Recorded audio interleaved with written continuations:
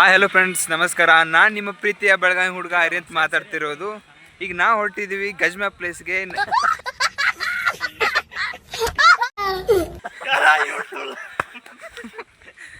ಗಜ್ಮಾ place ನೋಡಕ್ಕೆ ನಾನು ಒಬ್ಬನೇ ಹೊರಟಿಲ್ಲ, ನನ್ನ ಗಜ್ಮಾ ದೋಸ್ತರು ಬರ್ತಿದ್ದಾರೆ. ಇಲ್ಲಿ ನೋಡಿ, ಎಲ್ಲರೂ ಹಾಯ್ ಮಾಡಿ.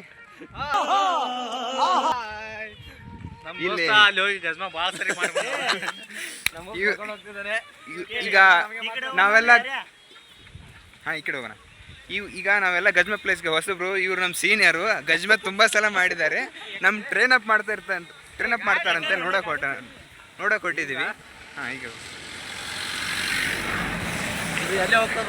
ಸರ್, ನಿಮ್ಮ ಗಜ್ಮಾ ಮಾಡುವಾಗ ನಿಮ್ಮ ಪ್ರಥಮ ಅನುಭವ ಹೇಗಿತ್ತು ಅಂತ ಒಂದು ಸ್ವಲ್ಪ ಶೇರ್ ಮಾಡ್ತೀರಾ?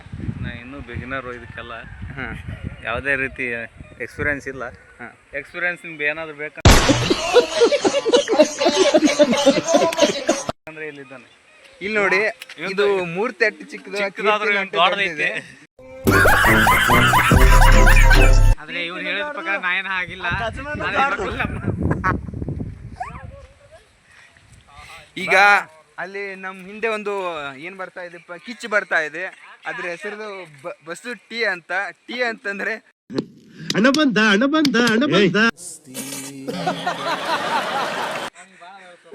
ಟೀ ಅಂದ್ರೆ ಎಂಟಿ ಬಸ್ಸು ಪಿ ಬಸ್ಸು ಇಲ್ಲಿ ತೆಗೆದು ಸಾಕಾಗಿಲ್ಲ, ಮತ್ತೆ ಅಲ್ಲಿ ತೆಗಿಬೇಕಾ? ಇವರು ನಮ್ಮ ಬಸ್ಸು ಟೀ ಅಂತಂದ್ರೆ ತಿಕ್ಕಾ ಬಸ್ಸು ಅನ್ಕೋಬೇಡಿ, ಬಸ್ಸು ತುಪ್ಪದ.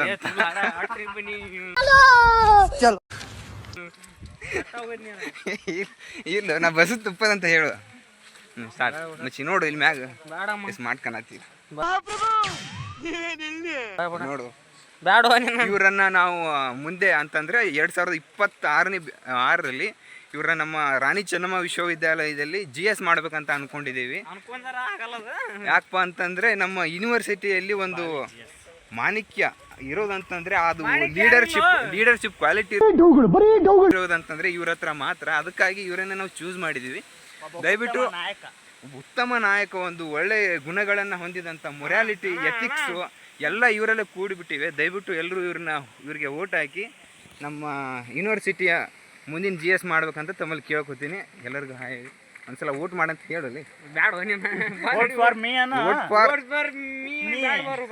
Vote for bus tea.